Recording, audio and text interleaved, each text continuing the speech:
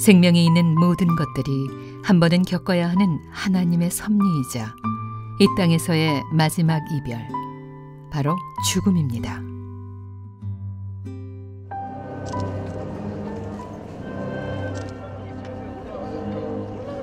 역사 속에 기억되는 큰 인물도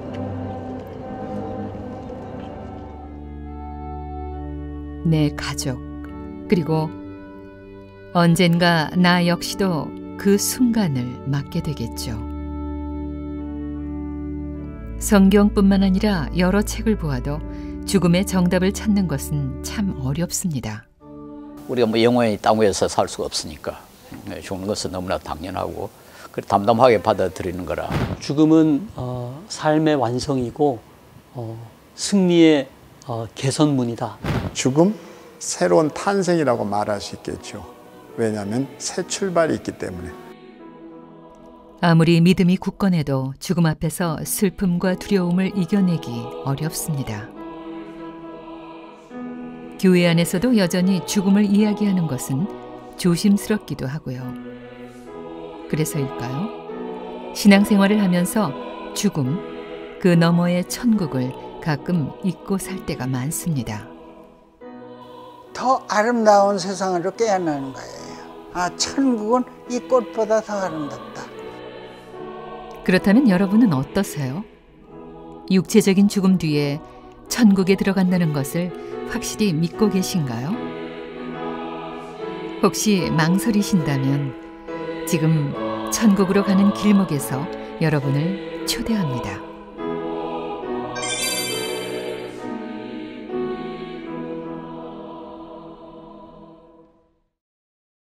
시각장애인으로 백악관 차관보를 지낸 고 강영우 박사의 추모 예배가 오늘 워싱턴 근교 한인교회에서 엄수됐습니다. 워싱턴에서 이기범 특파원이 보도합니다.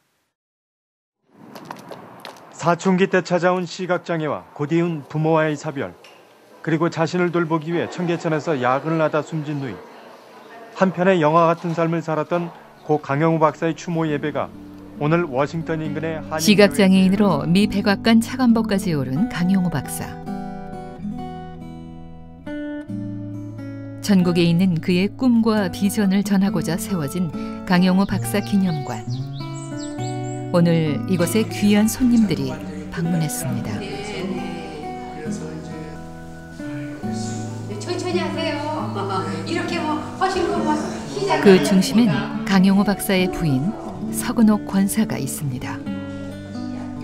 강영우 박사의 고향인 양평에 기념관이 세워졌다는 소식에 누구보다 기쁨과 감사의 눈물을 흘렸던 그녀입니다. 시각장애인과 그를 도왔던 대학생 누나와의 만남이 결혼으로 발전, 주목을 받기도 했는데요. 그 후 함께 미국 유학을 떠나 한국 최초의 시각장애인 박사가 되고 미국에서 한국인으로 최고 높은 직분인 미 백악관 차관보가 되는 영광을 누렸습니다. 주님의 특별한 손길이 아니었다면 이런 기적이 일어날 수 없었다고 그는 고백합니다. 취장하면 말리게 되는 거야. 고칠 수 있는 가능성은 5%, 10%. 그러니까는 저희 남편이 내가 그러면 마지막 떠나는 준비를 하겠다. 무슨 뭐 암 치료 이런 거 하지 않겠다. 그리고 조용히 마음에 그걸 하시더라고요. 참 저희들 가족들이 놀랬어요. 그렇게 그런 거를 자연스럽게 이렇게 받으시고 저거 하면서 우리들을 위로하시면서 내가 열심히 하나님 은혜 가운데 여러 가지로 잘 할 수 있도록 살았으니까 감사하다. 크리스천에게 절대 포기하지 말라며 신앙의 롤모델이 되어주던 강영우 박사. 평생 장애우의 친구로 희망을 전하던 강영우 박사의 장례 소식을 듣고 전 세계에서 그 슬픔을 함께 나누었습니다. 그는 천국으로 가기 전 아름다운 마무리로 주목을 받기도 했는데요. 먼저 유학 시절 미국에서 공부할 수 있도록 도와준 장학재단에 자신의 유산과 아들의 기부금을 더해 기증했습니다. 그리고 둘째 아들의 손녀가 100일이 될 때까지 천국문을 열어주지 마시라는 그의 간절한 기도대로 손녀의 100일 기념 가족 모임을 즐겁게 갖고 난 뒤 하나님 나라로 떠날 수 있었습니다. 많은 분들이 이제 그 너무나도 자기의 삶의 준비를 참 침착하게 절하는 걸 하시는 걸 보고 크리스찬들에게는 이러한 죽음에 대한 소망이 기쁨으로 받아들인다 하는 그러한 것을 보여주셔서 우리 가족들뿐만이 아니라 많은 우리 이웃 우리 사람들에게 큰 힘이 되어주는 그런 참 마지막에 좋은 임종을 보내주셨어요. 그는 마지막으로 삶을 정리하며 가족과 지인에게 편지를 남기고 떠났습니다. 슬퍼하거나 안타까워하지 않기를 바랍니다. 오히려 작별 인사를 할 시간을 허락받아 감사합니다. 내가 너희들을 처음 품에 안은 지가 엊그제 같은데 벌써 너희들과 이별의 약속을 나눠야 할 때가 되었다니 좀 더 많은 것을 나누고 좀 더 많은 것을 함께하지 못한 아쉬움이 밀려온다. 당신은 하나님께서 나에게 보내주신 날개 없는 천사였습니다. 사랑합니다. 사랑합니다. 그리고 고마웠습니다.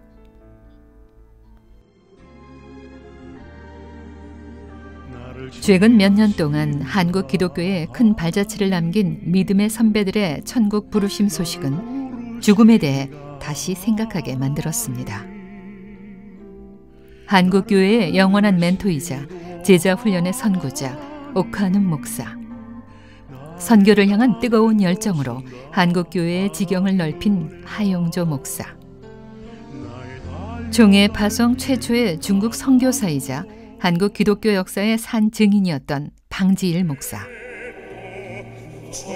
대한민국 14대 대통령이자 신실한 장로였던 김영삼 대통령. 그들을 떠나보내면서 우리 마음에 긴 여운으로 남는 것이 있습니다. 과연 나도 하나님의 부르심을 받을까라고 말이죠. 죽음에 임박한 사람도 그 남겨진 사람도 누구나 통과 의례처럼 거쳐가야 하는 것이 바로 죽음입니다. 그렇다면 성경에서는 죽음에 대해 어떻게 이야기하고 있을까요? 부정적인 의미로 말하는 죽음은 하나님과 관계가 끊어지는 거예요. 그리고 우리 육체적인 죽음은 성경에서는 그렇게 심각하게 생각하지를 않는 것 같습니다. 즉 우리가 다시 또 부활할 거고 하나님과 영원히 살 것인데 이 땅 위에서 죽는다는 것이 그게 이 세상 사람들이 생각하는 만큼 그렇게 부정적이고 슬픈 것이 아니다 하는 것이 성경 전체의 가르침이라고 할 수 있죠. 그래도 믿는 사람에게 죽음이 절망적이지 않은 이유는 예수님은 부활이요 생명이라는 소망이 있기 때문입니다.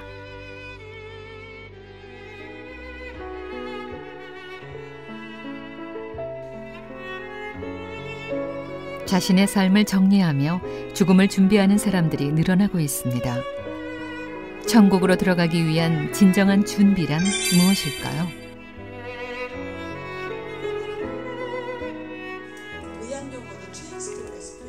자신의 삶을 잘 정리하고 아름다운 죽음을 맞이하자는 웰다잉 운동이 일어나면서 행복한 죽음을 준비하는 사람들도 늘었습니다.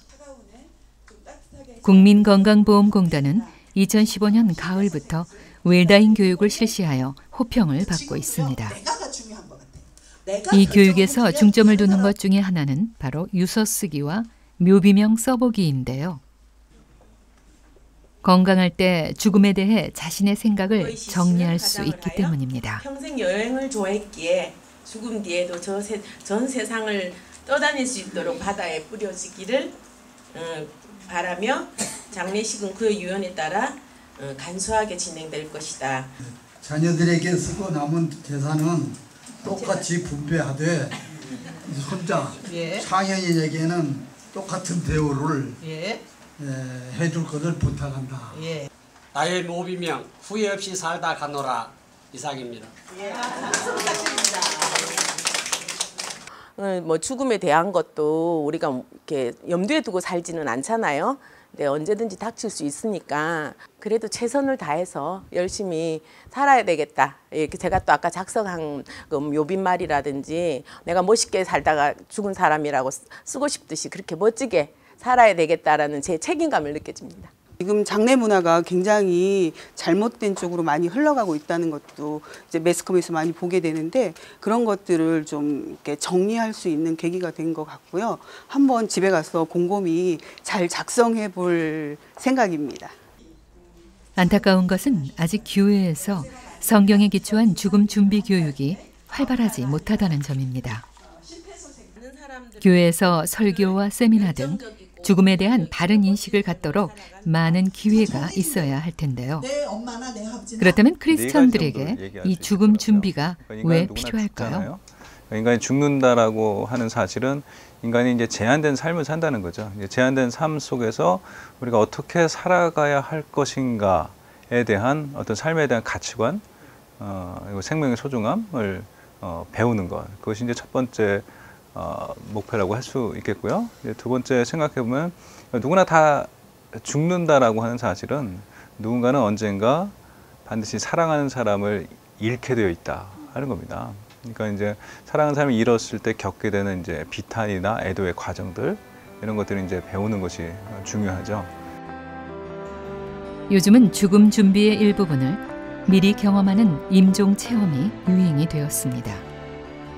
하지만 이것만으로 우리가 성경이 말하는 죽음을 진정으로 깨닫고 준비할 수 있을까요? 2014년 국민건강관리공단 자료에 의하면 당신은 죽음을 어디에서 맞을 것 같냐는 질문에 57%가 가정, 그 다음으로 호스피스 완화 의료기관과 병원 순입니다. 하지만 현실은 어떨까요?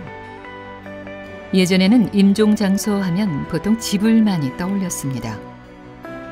의료기술이 발달할수록 병원에서 임종을 맞이하는 수가 많아지더니 이제는 집에서 임종을 맞는 것이 확연히 줄었습니다. 다행히 올해부터 시범적으로 가정 호스피스 사업이 시작되면서 저렴한 비용으로 말기암 환자가 집에서 의료 서비스를 받게 되면서 마지막을 가족들과 편안하게 맞고자 하는 소망이 더욱 가까이 다가왔습니다. 2016년 1월 국회에서 웰다잉법이 통과되면서 아름다운 이별을 위한 새로운 시도들이 큰 기대를 모으고 있는데요. 정식 명칭은 호스피스 완화 의료 및 임종 과정에 있는 환자의 연명 의료 결정에 관한 법입니다. 2016년 1월 8일 국회 본회의에서 통과되었으며 2년의 유예기간을 거쳐 2018년부터 시행된다고 하는데요. 이 웰다잉법으로 우리가 아름다운 마무리를 하는데 큰 변화가 예상됩니다.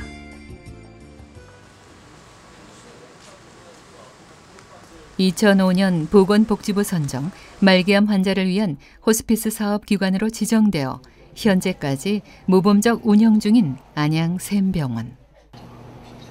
이곳에 호스피스 사역의 중추 역할을 해온 박상은 원장이 있습니다. 그는 2천여 명의 말기암 환자의 임종을 지켜왔을 뿐만 아니라 대통령 직속 국가생명윤리심의위원회 위원장으로 2016년 본회의에 웰다잉법이 통과된 데 큰 역할을 했습니다. 저는 그냥 호연법, 호스피스와 연명의료법을 줄여서 호연법이라고 하면서 호연지법이라 이렇게 호연지기가 왜 땅과 하늘 사이에 어떤 그 충만한 기운을 얘기한다면 이 법은 땅과 하늘을 연결하는 그런 어떤 마지막 임종을 가까이 두고 있는 우리들의 어떤 삶에 관련된 법률이지 않나. 그래서 이걸 통해서 정말 인생도 잘 마무리하고 또 새로운 어떤 하늘나라를 준비하는 그런 법이다 이렇게 생각하면 좋을 것 같습니다. 그는 건강할 때 사전의료연명의향서를 준비하라고 당부합니다. 사전의료연명의향서는 과연 무엇일까요? 이제 이번 법안에서는 사전의료의향서에 연명자가 들어갑니다. 그래서 사전연명의료의향서, 그래서 연명의료 결정에 관한 자신의 의향을 기록해 두는 것이거든요. 본인의 분명한 의식이 있을 때 나는 앞으로 그런 상황이 되었을 때 다음과 같은 치료는 거절하겠다라는 것을 기록해 둘 수가 있다는 거죠. 그래서 중요한 것은 과거에는 가족들의 의사 또는 어떤 의사들의 어떤 결정에 의거했는데 그게 아니라 생명의 마지막과 관련된 모든 결정을 이제 본인의 의사에 따라서 결정을 해야 되지 않을까. 이게 이제 소위 그 자율성 존중의 원칙에 입각한 이제 자기 결정권을 이 사전연명의료의향서를 통해서 이제 구현해 나가자는 그런 뜻으로 생각할 수 있습니다. 영원히 변치 않는 사랑 성도여 찬양하세. 웰다잉법을 통해 호스피스 진료와 자신의 삶의 연명 치료 여부를 결정할 수 있는 권한이 주어졌지만 안락사, 존엄사 등 죽음에 대한 결정권을 하나님께서 어떻게 바라보실지 여전히 큰 과제로 남아 있습니다.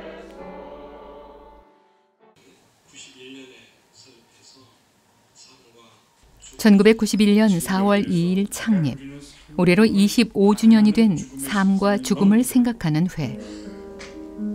각계 기독교 명사들로 주축이 된 이 모임은 한국 사회에서 금기시하던 죽음 문화를 바꾸는데 앞장서 왔습니다. 그 배경에는 김옥나 각당복지재단 명예이사장의 소명의식이 있었기에 가능했습니다. 세계감리교 여성연합회 회장과 한국교회 여성연합회 회장을 역임하며 한국교계를 이끌어온 그녀. 그녀는 남편을 먼저 보낸 허전함으로 비슷한 아픔을 겪는 이들을 모아 죽음에 대한 담론을 시작하게 되었습니다. 그가 떠나시고 나서 한 몇 개월 후에요. 내가 이렇게 묵상을 하면서 죽음이 뭐길래 이렇게 하고 있는데요. 음성이 들려왔어요. 죽음을 탁상 위에 올려놓고 공론에 붙이라. 그래서 내가 정신이 번쩍 나서 죽음을 우리가 연구해야 되겠구나. 죽음이 무엇인가 공론해야 되겠구나. 그래서 이제 사람을 내가 모으기 시작을 했어요. 김옥나 명예이사장의 남편 라익진 박사의 아호인 각당을 붙여 지어진 각당복지재단. 우리나라 최초 자원봉사양성교육관으로 1986년 설립되어 자원봉사교육의 중심지가 되어오고 있습니다. 눈에 보이는 가시적인 것이 아니라 이곳은 기독교 정신을 기본으로 죽음 준비교육 전문가, 호스피스 자원봉사자, 애도 전문가 등을 양성하며 웰다잉 문화를 이끄는데 반석이 되어 주었습니다. 남편을 먼저 떠나보내고 죽음에 대한 각별한 생각을 가지고 연구하고 교육시켰던 그녀. 내가 아름답게 살고 천국의 시민같이 살면은 그 천국 시민들이 모인 곳이 그 천국이다. 이렇게 시인이 그렇게 말을 했어요. 그래서 그런 여러 성인들의 말을 그동안 그 삶과 죽음을 생각하는 회를 통해서 내가 많이 배웠다고요. 가르치면서 배웠어요. 죽음 준비 교육은 삶의 준비 교육이다. 죽음 준비는 삶의 준비다. 올해로 99세, 한국 개신교에 큰 뿌리를 내리고 발전시킨 김옥나 명예이사장. 그녀는 오늘도 죽음에 대한 끊임없는 연구와 함께 믿음의 선배이자 스승으로 본이 되어주고 있습니다.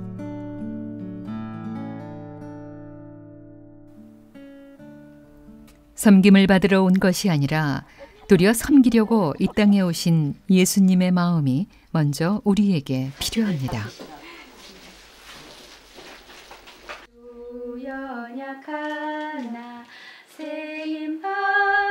한국교회의 죽음에 대한 참된 준비뿐만 아니라 다른 사람의 죽음도 함께하며 도울 수 있는 건강한 프로그램이 필요한 때인 것 같습니다.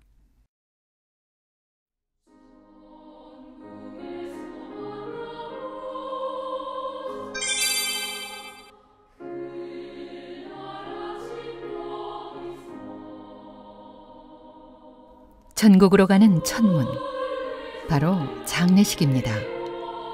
장례식은 생각보다 깊은 뜻을 내포하고 있습니다.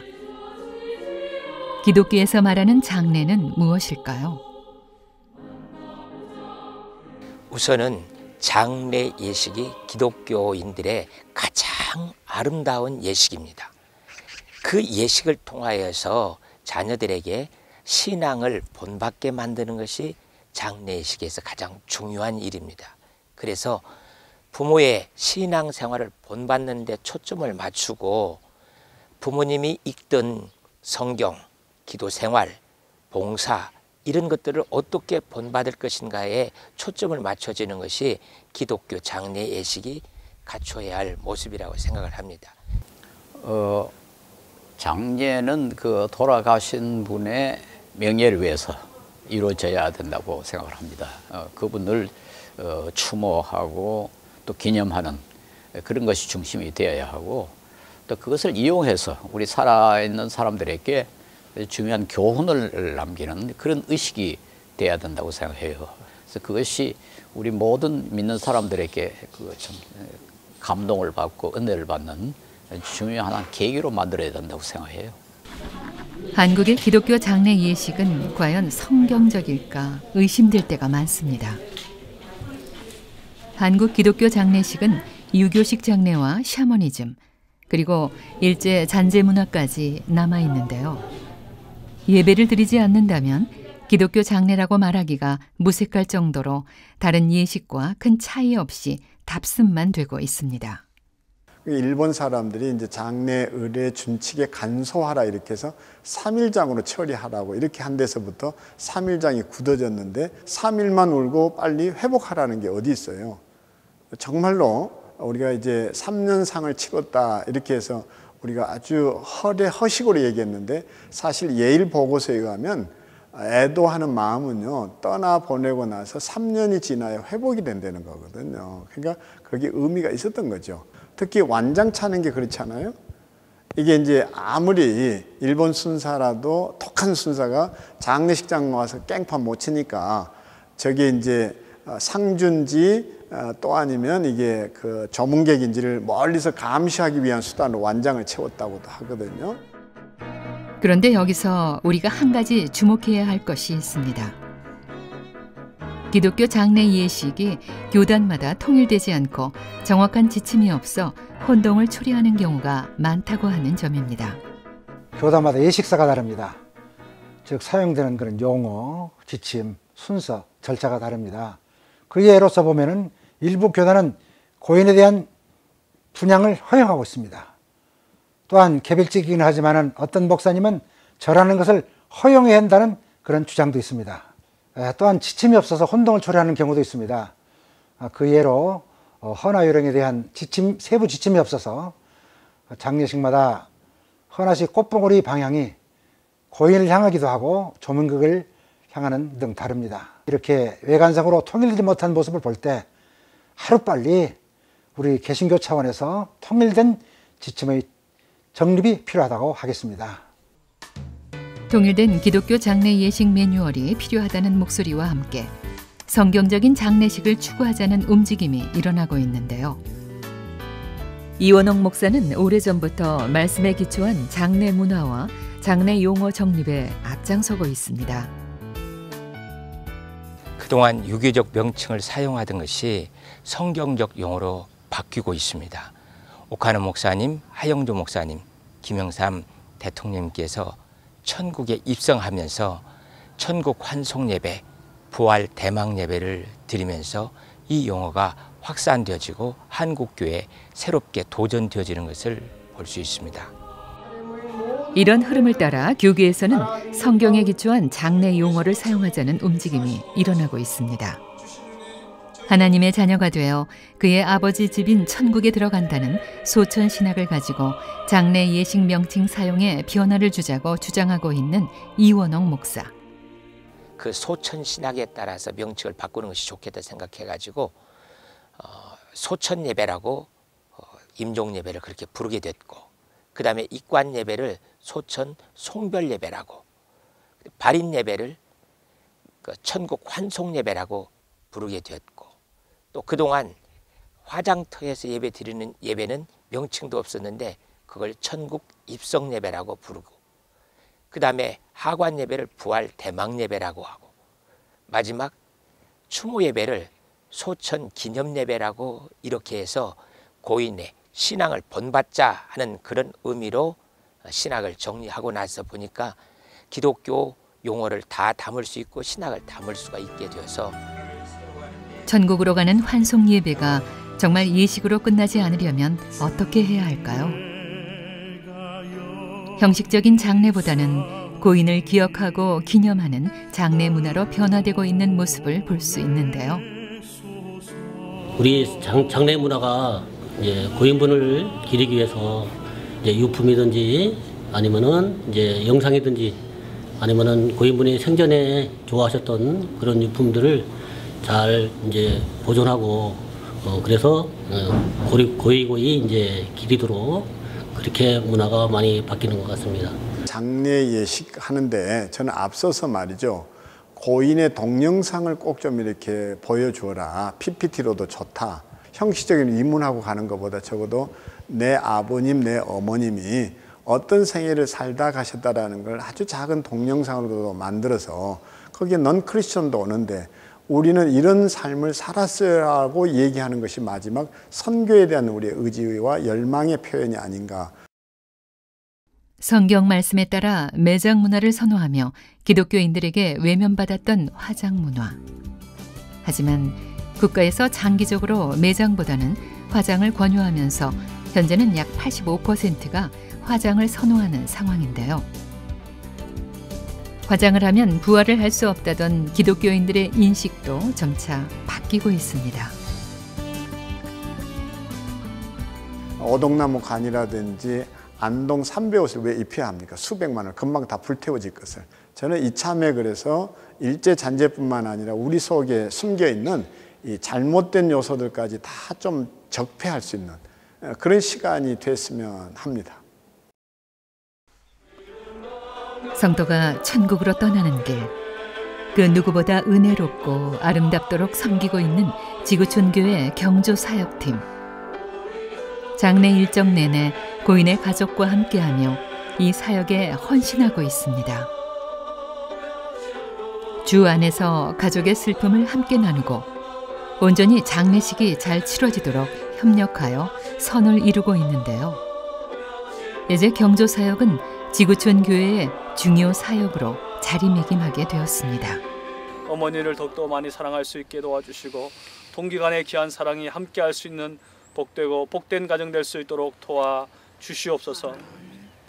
지구촌 교회 경조사역팀에서는 정해진 시간에 언제든 상담을 받을 수 있습니다.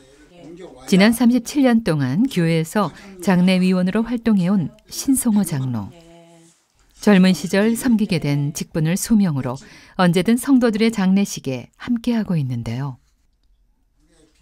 장례 산업이 발달하면서 교회 안팎에서 돈의 유혹도 많고 오해도 많았지만 그때마다 하나님만 바라보고 흔들리지 않았다고 합니다.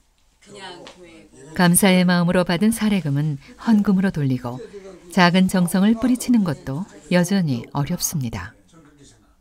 그래도 고되고 힘든 경조 사역이지만 포기할 수 없는 이유는 장례식을 통해 믿지 않는 가정을 전도할 수 있다는 확신이 있기 때문입니다. 교인들이 장례를 치르고 나면 많이 몰려온다. 또는 장례 치르고 나면 1년 평균을 따졌을 때 200명을 장례를 치루었을 때 최소한도 한 가정에 2사람 이상은 새신자가 생긴다고 이렇게 생각하시면 맞는 얘기입니다. 옛날에 장례식이 많은 교회는 빨리 부흥하고 장례식이 없는 교회는 부흥하기가 참 힘들었다는 목사님들의 말이 절대 거짓된 얘기가 아니라고 저는 생각합니다.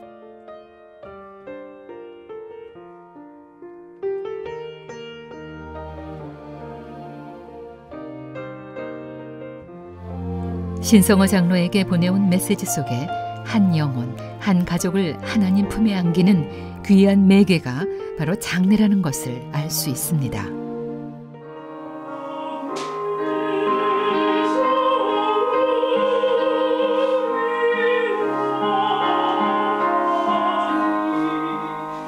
은혜로운 장례식은 천국으로 가는 고인을 평안하게 보내고 유가족들에게는 구원의 선물을 전해준다는 것을 잊고 있을 때가 참 많습니다. 인생의 길에서 어느 날 만난 그 예수님을 좀 더 잘 섬기기 위해서, 좀 더 잘 알기 위해서 마치 고시 공부를 하시듯 성경 공부를 열심히 하셨고, 한국 기독교 장례를 연구하고 백석대 신학원에서 기독교 장례 예식을 강의하고 있는 안옥현 목사. 그는 장례식을 통해 불신자들을 전도하기 위한 많은 노력이 필요하다고 이야기합니다. 과연 불신자들은 기독교 장례 예식을 어떻게 보고 있을까요?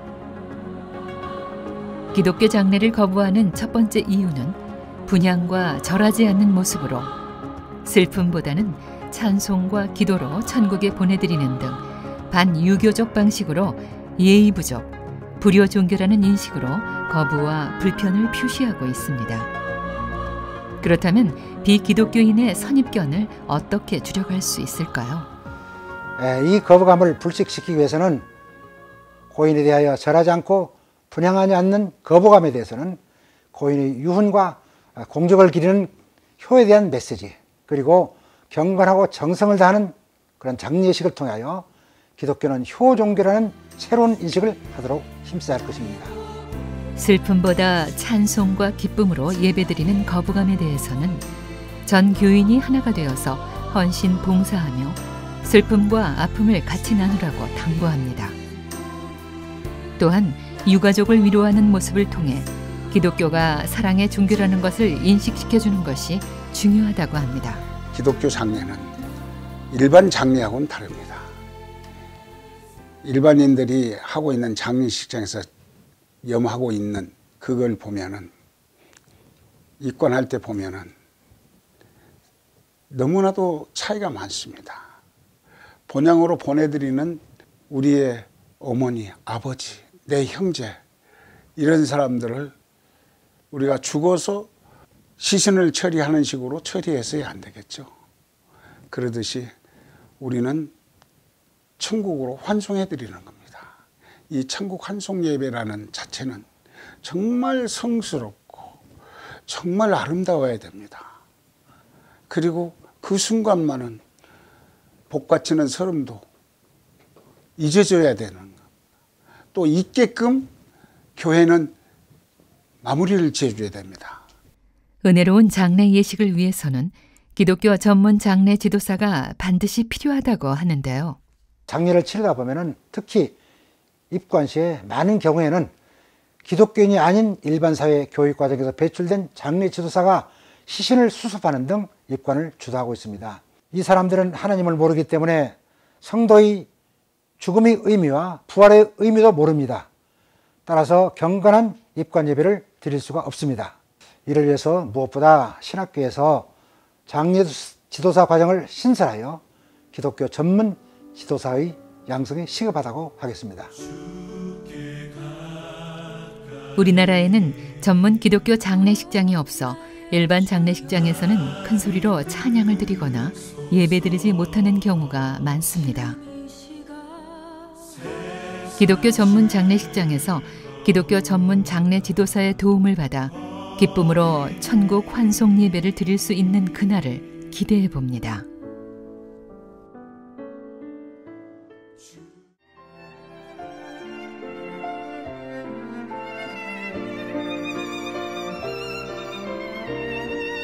천국으로 가기 전 여러분은 이 땅에 어떤 유산을 남기고 가시겠습니까?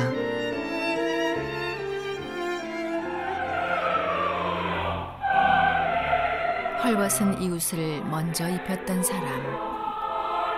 나는 이미 그저 배운 것 가지고 내가 정성껏 그저 내가 복음을 전파하고 우리 민족을 그저 복음화하는데 헌신하겠다. 청빈한 그의 삶을 대변하는 소박하고 남노한 유품들. 아름다운 빈손이고 싶었던 한경직 목사의 삶이 이곳에 고스란히 남겨져 있습니다. 종교계의 노벨상인 템플턴상을 받은 세계적인 영적 지도자 고 한경직 목사. 참 미안한 말이지만 나는 이제 장례식 많이 해봤어. 아마 여대면 누가 내 장례식을 하겠지.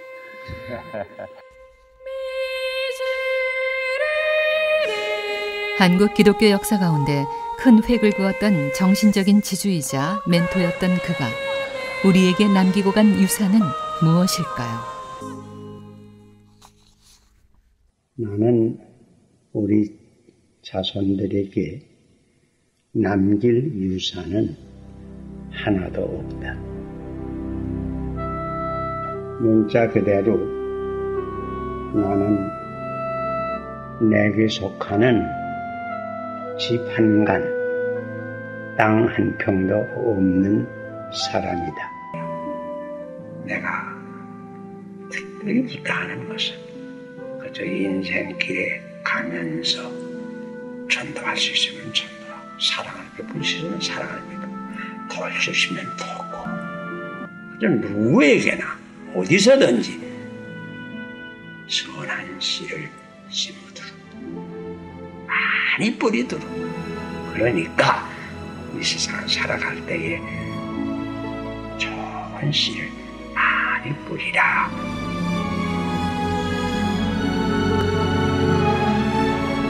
어쩌면 우리는 그리스도의 삶을 산다고 하면서 천국까지 너무 많은 것들을 쥐고 가려는 것은 아닐까요?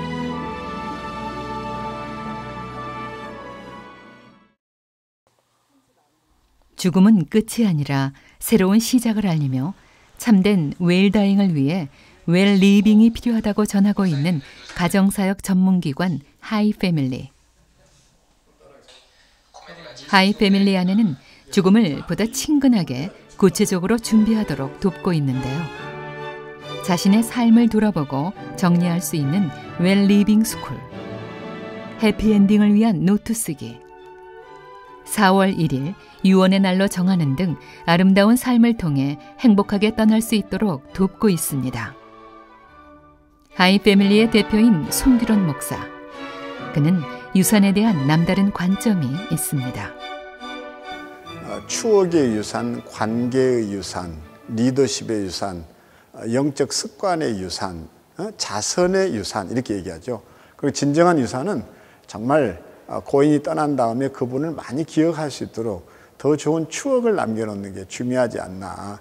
떠난 이후가 아니라 떠나기 전에 그런 삶의 질을 좀 결정짓는 거기에 관심이 있었으면 합니다. 대한민국의 손꼽히는 석학이자 한국 기독교의 대표적인 양심이라 불리는 손봉호 교수. 그는 유산 안 남기기 운동과 나눔 운동을 통해서 우리나라의 기부 문화를 조성하는 데 앞장서 왔습니다. 그가 생각하는 진정한 유산의 의미는 무엇일까요? 땅 위에서 일생 동안 활동한 모든 것을 이제 후손들에게 또 우리 남아있는 모든 사람들에게 나누어 주고 떠나는 거죠. 여기서 내가 그 이상 그걸 가지고 즐길 것도 아니고 그걸 이용할 것도 아니고 이제는 내가 여기까지 이렇게 일했고 이렇게 성취했으니까 이걸 당신들이 좀 잘 사용하십시오 하는 게 아닌가 그렇게 생각하고요. 삶에 아주 꼭 필요한 마무리가 아닌가 생각합니다. 여러분이 천국으로 떠난 뒤 남겨진 가족과 이웃을 생각해 보신 적이 있나요? 그들을 위해 누군가는 함께 울어주고 힘이 되어 주어야 합니다.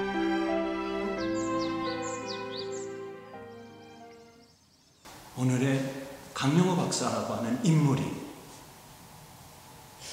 태어났을까라고 하는 것을 생각해 볼 때 한 여인의 몸부림과 고뇌와 인생의 극단에서 최고의 선물로 하나님께서 서근옥 권사는 강영호 장학회 이사장을 맡으며 여러 지인들과 함께 협력하여 선을 이루고 있습니다. 하나님께서는 남편을 천국으로 보낸 뒤 허전함 대신 더 좋은 섬김과 만남으로 축복해 주셨는데요. 서근옥 권사는 자신과 같이 혼자 된 미망인들과 특별한 모임을 갖게 되었습니다. 남편의 임종을 지켜준 아내, 그래서 그 이름을 임종이라고 하는 것에 임자를 하고 아내라고 하는 것에 아자를 해서 뭐 LA에서도 그렇고 샌프란시스코에서도 그렇고 또 한국에서도 아 이러한 이름을 가지고 우리들끼리 같이 이렇게 하면 좋겠구나. 임아라고 하는 모임을 통해 서건옥 권사는 자신과 같은 미망인들과 함께 말씀 안에서 서로 위로하며 교제를 나누고 있는데요. 이 모임이 점차 확산되어 가길 소망하고 있습니다. 웰다잉 문화를 이끌게 되는 일반인들에게 죽음을 쉽게 알리고 죽음 준비의 필요성을 전파하고 있는 윤득형 박사. 그는 이제 웰 리빙, 웰 다잉을 넘어 애도 문화의 필요성을 널리 알리고 있습니다. 그 이유가 무엇일까요? 죽음 그 상실감, 이것을 어떻게 그 상실을 경험한 사람이 애도의 과정을 잘 겪어 나갈 것인가가 사실은 더 관심을 가져야 돼요. 불안함, 좌절감, 분노, 이거 누가 어떻게 감당할까요? 그거를 표현해내지 않고 지나가게 되면은 언제 어느 때 나도 모르는 어느 시점에서 다른 일로 터지게 돼 있다는 거죠. 그게 이제 감정적으로 나올 수도 있고 신체적으로 반응을 보일 수 있고 이상한 행동으로도 나올 수 있다는 거죠. 저는 이 한국 사회가 이제는 애도 문화로 돌아서면서 좀 지금까지 했던 방법들, 특히 이제 교회들에서는 그걸 좀 진단해 보고서 우리가 어떻게 슬퍼하는 사람들을 잘 돌보고 치유할 것인가, 여기에 이제 더 관심을 가져야 된다, 저는 그렇게 생각합니다. 사별 후 가족 모임을 자주 합니다만은 정말 얼마나 허전하고 또 그립겠어요. 근데 그분들이 같이 모여서 이제 자신만이 가지고 있는 허전함과 참 슬픔인 줄 알았는데 또 옆에 가족, 같은 아픔을 나누시는 분들이 함께 모여서 서로 공유하니까 이제 또 위로가 되고 또 적절한 목사님이나 또는 정신과 선생님 또는 이제 상담사들이 이렇게 한 분 한 분 거기에 맞게 위로를 해주시니까 상당히 힘을 얻는 것 같아요. 그래서 나중에는 그분들이 또 호스피스 봉사자가 되어서 다른 어떤 그 임종 환자들의 가족도 돌봐드리시더라고요. 그래서 저는 이 사별 후에 이 가족 지지 모임을 우리 교회나 또는 뜻있는 시민단체 이런 데서 좀 해드리면 참 좋겠다는 생각을 해보고요. 그것이 결국은 나의 죽음을 준비할 수 있는 그런 좋은 과정이 되지 않을까 그렇게 생각을 합니다. 우리에게 주어진 아름다운 삶의 순간들. 하루하루 기도와 찬양 가운데 천국을 맛볼 수 없다면 결코 죽음의 문을 열고 천국으로 갈 수 없습니다. 우리가 죽음을 두려워하지 않아도 되는 것은 예수님께서 우리 위에 죽으시고 우리의 죄를 사함받고 영원한 생명을 주신다는 약속과 확신이 있기 때문입니다.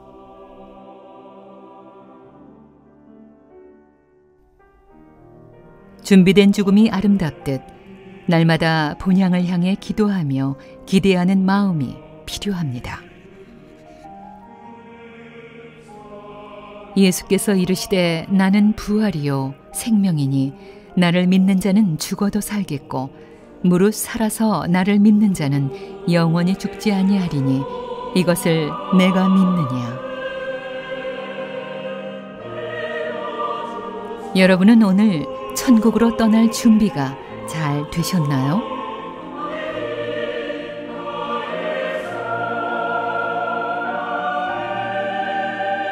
성도의 죽음은 천국에 입성하는 것이라고 생각합니다.